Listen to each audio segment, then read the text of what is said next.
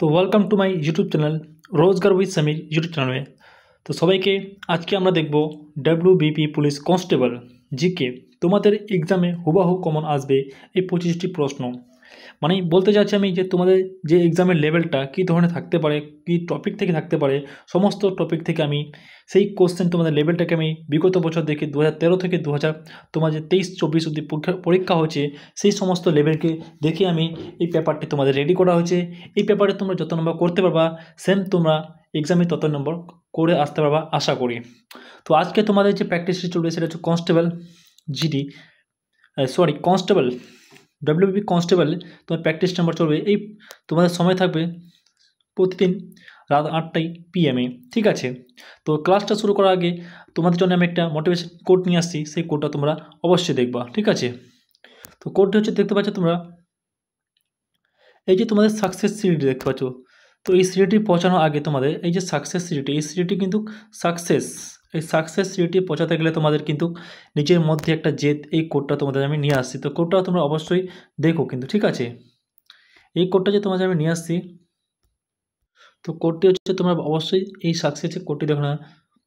দুনিয়ার সবচেয়ে কঠিন কাজ হচ্ছে নিজের উপরে বিশ্বাস রাখা। যে একটা পারে সফলতা ও তার সাথে থাকতে। তো যদি তুমি নিজের উপর বিশ্বাস রাখতে পারো, নিজের আত্মবিশ্বাস, কারণ তোমার আত্মবিশ্বাসটাই শেষ পর্যন্ত তোমাকে কিন্তু সাহায্য করবে তোমাকে আরও মোটিভেট করার জন্যে। তো তোমরা যে ধারণা, জেদ আর তোমাদের নিজের উপর আত্মবিশ্বাস, কারণ সমাজের মানুষ তোমাদের নানা কথা বলবে ঠিক আছে, কিন্তু সেই সমস্ত কথাকে তোমাকে শুনতে হবে হাজার মানুষের কথা, কিন্তু কাজ করতে হবে নিজের মনের কাজ, যেটা তোমার মন চাইবে তোমাকে সেটাই করতে হবে। কারণ মানুষ তোমাকে শোনাবে কিন্তু তোমাকে কেউ সাহায্য করবে না ঠিক আছে। তো আশা করি তোমাদের কোডটি এই তোমাকে একটু তোমাদের মোটিভেশন করতে পারলাম এই কোডটা দিয়ে। চলো এখন আমরা ক্লাসটাকে শুরু করি। তো প্রথম প্রশ্ন দেখার আগে তোমরা যদি চ্যানেলে প্রথমবার আসছো তাহলে চ্যানেলটাকে অবশ্যই সাবস্ক্রাইব করো, আর ভিডিওটাকে যারা একটু অনেক শেয়ার করতে তোমাদের বন্ধুবান্ধবের কাছে যারা এই ডব্লিউবি পরীক্ষার জন্য প্রিপারেশন নিচ্ছে। তো প্রথম প্রশ্নটি তোমাদের সামনে নিয়ে চলে আসছি আমি, এই প্রশ্নটি তোমরা অবশ্যই পড়ো ঠিক আছে।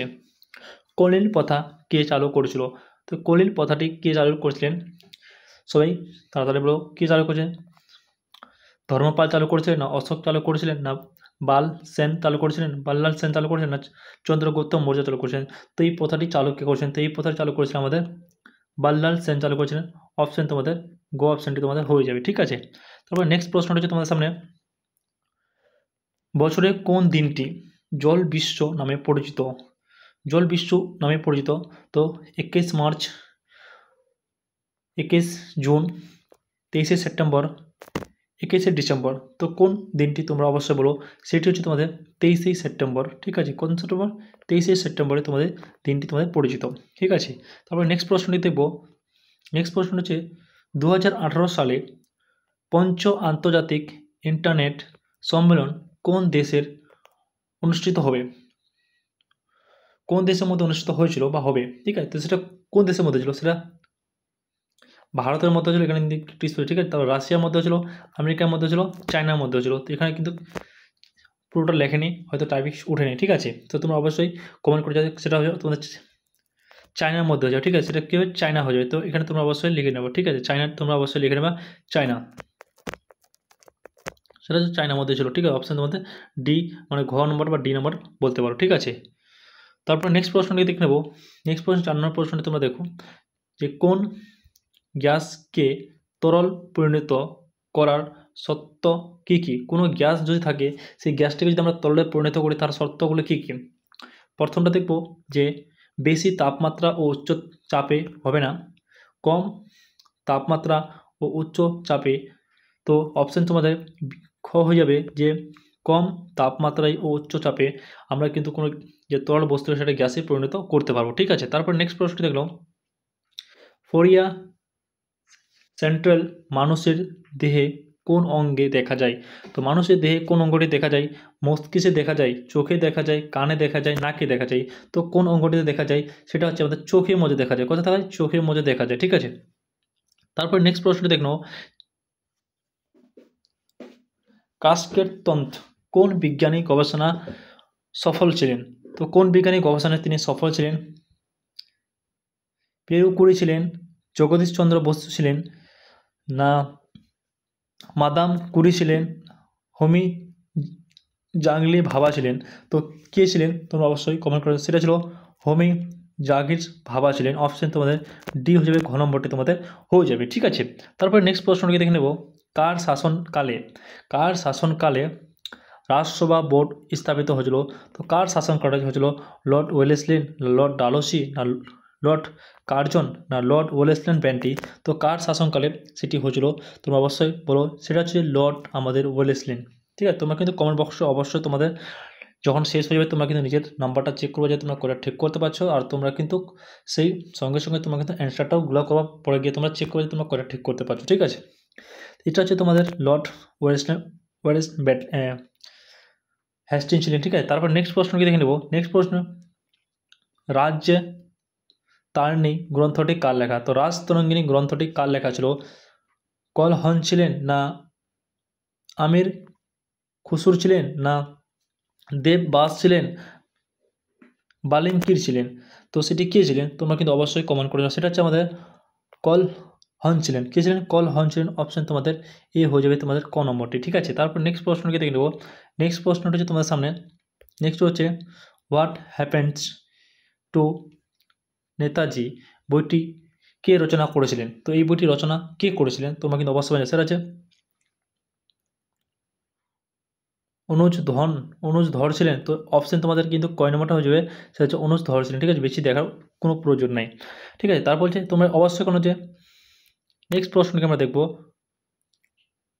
গড়িয়ার নৃত্য কথাকার বিখ্যাত নৃত্যশালী ছিলেন বা শৈলী ছিলেন?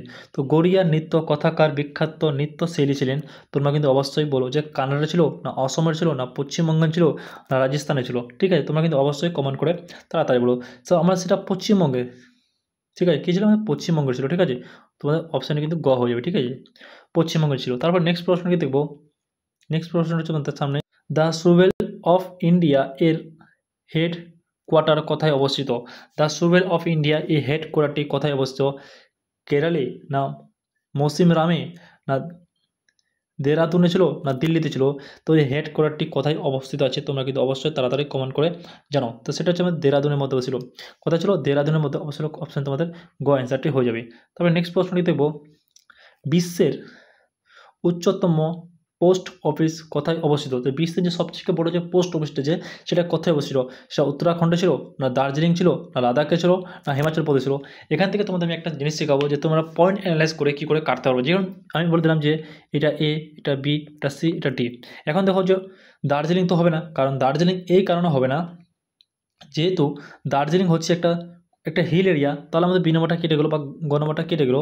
তারপর হচ্ছে উত্তরাখণ্ড হবে না, কারণ উত্তরাখণ্ড যে একটা পাহাড়ি এবং এটাও কিন্তু একটি হিল এরিয়া পড়ে, তাহলে আমাদের গেলো এটাও কিন্তু হবে না। ঠিক আছে, তারপর নেক্সট পয়েন্টটাকে আমরা অ্যানালাইজ করবো, হয়তো লাদাখ হতে পারে, না তাহলে হিমাচল প্রদেশ হতে পারে। তো দেখবো আমরা যে লাদাখ এবং হিমাচল, লাদাখও কিন্তু হবে না, লাদাখও কিন্তু একটু বরফ এরিয়া, কিন্তু হিমাচল প্রদেশ হবে, সেটা কী হবে? হিমাচল প্রদেশ আমাদের হয়ে যাবে। ঠিক আছে, তারপর নেক্সট প্রশ্নটিকে দেখবো। নেক্সট প্রশ্ন হচ্ছে, নেক্সট তোমাদের 13 নম্বর প্রশ্নটি তোমরা দেখো। এই প্রশ্ন হচ্ছে দ্য ডিসকভার অফ ইন্ডিয়া বইটি কার রচনা? তো আমি তোমাদের বলে দিই, যখন আমি দিয়েছিলাম এক্সাম 2021-এ, তখন আসছিল দ্য রুস্ট অফ, এটি আমাদের ক্লাস 12-এর কিতাব ছিল। তো সেটি কী লিখেছিল? সেটি ছিল এপিজে আব্দুল কালাম লিখেছিল। কিন্তু তোমাদের এই বছর যে 2025-এ তোমরা এক্সাম, তোমাদের কিন্তু অবশ্যই একটা রাইটার থেকে তোমাদের নাম বুঝতে পারে। তোমরা 10-এর কিতাব দেখে নাও, যতগুলো রাইটার আছে, তারপরে 12 তোমরা দেখে নাও, 9-এর দেখে নাও। এই 3টা সালে যদি তোমরা 3টা ক্লাসে দেখো, তাহলে তুমি কিন্তু অবশ্যই একটা কোশ্চেন কম পাবে। কারণ আমি যেহেতু দিয়েছিলাম এক্সামে, তো আমি দেখছিলাম যে সেখানে কিন্তু কোশ্চেন পুছা গিয়েছিল। ঠিক আছে, তোমরা কিন্তু অবশ্যই এই যে আমি রাইটারগুলোর নাম বলতেছি, তোমরা কিন্তু অবশ্যই এইটা কোশ্চেন তোমরা কিন্তু হুবহু পরীক্ষার মধ্যে পাবেন। ঠিক আছে, এই লেভেলটা আমি তোমাকে বলে দিচ্ছি আগে থেকে। ঠিক আছে, তারপর হচ্ছে দ্য ডিসকভার অফ ইন্ডিয়া বইটি কার রচনা? তো এই বইটি কার রচনা ছিল তোমাকে অবশ্যই বলো। সেটা হচ্ছে জওহরলাল নেহরু। তো সবাই জানবে যে জওহরলাল নেহরু ছিল। অপশন যে তোমাদের ক নম্বরটা হয়ে যায় যে জওহরলাল নেহরু। ঠিক আছে, এখানে বেশি এখন দেখার কোনো জিজ নাই। ঠিক আছে, কিন্তু তোমরা যে তারপরে নেক্সট প্রশ্নকে আমরা দেখবো, NABARD এর হেড কোয়ার্টার কোথায় অবস্থিত? তো এই হেড কোয়ার্টারটি কোথায়? বেঙ্গালুরু, না আহমেদাবাদ, না দিল্লি, না মুম্বাই? তো তোমরা অবশ্যই কমেন্ট করে যাও যে এই বেঙ্গালুরু তো হবে না, আহমেদাবাদ হবে না। ঠিক আছে, আহমেদাবাদকে কী বলে? তারপর যে দিল্লিও তো হবে না, সেটা কিন্তু বোম্বাই আমাদের রয়েছে। কী যা বোম্বাই। ঠিক আছে, তবে নেক্সট প্রশ্নটাকে আমরা দেখে নেব। নেক্সট প্রশ্নটা হচ্ছে ম্যাকমোহন লাইন কোন দুইটি দেশের মধ্যে অবস্থিত? এই যে ম্যাকমোহন লাইন মানে যে আমাদের ভারত এবং পাকিস্তান বা আমাদের পাকিস্তান এবং চীন বা ভারত বাংলাদেশ বা ভারত চীনের মধ্যে যে একটা সীমান্ত রেখা রয়েছিল, সেটা কোন দেশের সঙ্গে এই রেখাটিকে যুক্ত করা হয়েছিল? সেটা ভারত ও পাকিস্তান, না পাকিস্তান চীনের সঙ্গে এই যে ম্যাকমোহন লাইনটি যুক্ত করা ছিল, না ভারত ও বাংলাদেশের সঙ্গে যুক্ত করা ছিল, না ভারত ও চীনের সঙ্গে এই রেখাটিকে যুক্ত করা ছিল? তোমরা কিন্তু অবশ্যই কমেন্ট করে জানাও। তো কোন দেশের সঙ্গে আমাদের যুক্ত ছিল তোমরা কিন্তু সবাই জানো, কিন্তু তোমরা পরীক্ষায় সর্বপ্রথম প্রশ্নটিকে ভালো করে পড়বা, তারপরে ঠান্ডা মাথায় প্রশ্ন করে পড়ো, ঠান্ডা মাথায় কিন্তু উত্তর দাও। যদি মাথা গরম করে পরীক্ষা হলে তোমরা কিন্তু যে তোমরা কোশ্চেনগুলো করতে পারছো সেগুলো তোমরা করতে পারবে না। তোমাদের আমি আরেকটা কথা বলে দিই, যখন তোমার এক্সাম হলে যাবা তাড়াহুড়া করবে না, আরামে নিজের রোল নম্বর লিখবা, ঠিক আছে? তারপরে রোল নম্বর লেখার পরে নিজের যতগুলো অ্যাড্রেস তোমাদের থাকে সবগুলো করার পরে যখন তোমরা প্রশ্নপত্র পাবা হতবাক হবা না, কারণ প্রশ্নপত্র পাওয়ার পর অনেক যে ক্যান্ডিডেট বা ছেলে মেয়ে আছে যে হতবাক হয়ে যায় যে হ্যাঁ আমি পাচ্ছি না। প্রথম দেখবা যে এক্সামের যে লেভেলটা থাকে প্রত্যেকটা পেপার হয়তো তোমারটাতে এ নাম্বার আছে, ওটাতে বি নাম্বার আছে, কিন্তু এখানে বিষয় হচ্ছে যে যারই থাকে হয়তো কারোরটাতে প্রথমটা সহজ আছে, পরেরগুলো কিন্তু টাফ হচ্ছে, কিন্তু তোমরা এটা ভাববা না যেটা তোমরা পাবা আগে সেগুলো তোমরা তাড়াতাড়ি কী করে নেবা, নিজের কোশ্চেনে করে সলিউশন করে তোমরা করে ঠিক মারি দেবা, পরে তোমরা কী করছো ওয়েব মার্কসে থাকবে সেখানে তোমরা শুধু গোল করবা। তো ঠিক আছে, আমি এইভাবে করলে তোমাদের একটু সুবিধা হবে, কিন্তু তোমরা যদি দেখো যে সমস্ত প্রশ্ন একবার করতে চাও একবার গোল করতে চাও, এইভাবে তোমাদেরকে সময়টা কমে যাবে, তোমরা ঠিকমতো পরীক্ষাটা দিতে পারবে না। তোমরা যতগুলো কোশ্চেন পাবা তাড়াতাড়ি করে নেবা, প্রথম ধাপ তোমরা করে নেবা, তারপরে গোল মারবা, আবার দ্বিতীয় করবা, ঠিক আছে?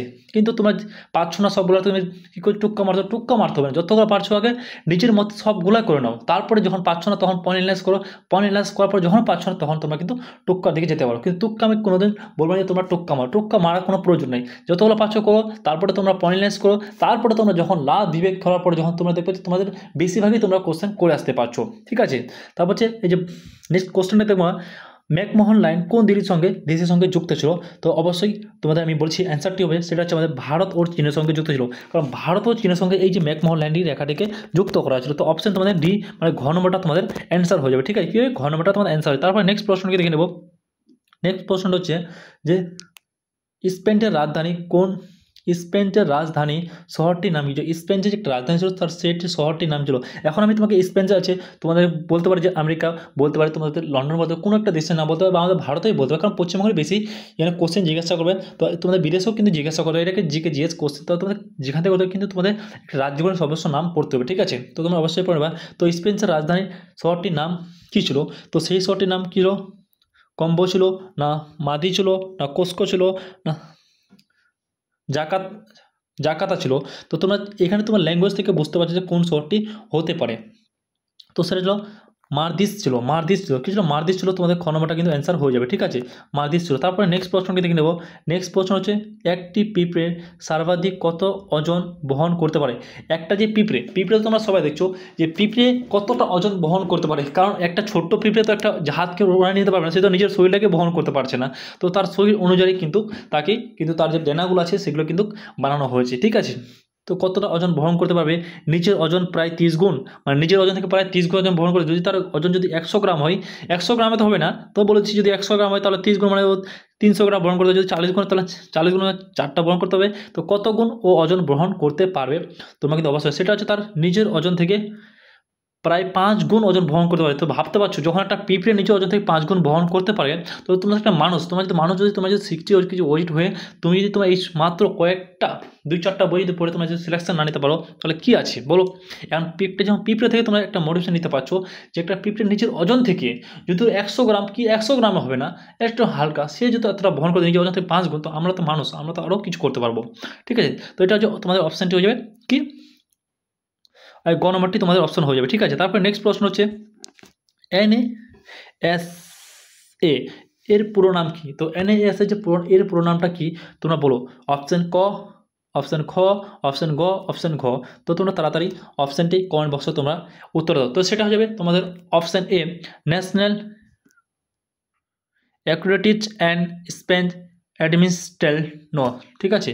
তো তোমাদের অপশানটি এ হয়ে যাবে। তারপর নেক্সট প্রশ্ন দেখব, দ্বিতীয় বিশ্বযুদ্ধ কবে শুরু হয়েছিল? তো তোমাদের আমি এখন হিস্টোরিতে চলে আসলাম, যে হিস্টোরিতে তোমরা চলে আসলাম দ্বিতীয় বিশ্বযুদ্ধ কবে শুরু হয়েছিল। এটা তো তোমরা পড়ে আসছো, ক্লাস 10-এ পড়ে আসছো, ক্লাস 9-এ পড়ে আসছো। দ্বিতীয় বিশ্বযুদ্ধ কবে হয়েছিল? ক্লাস 12-এ তোমরা পড়ছো।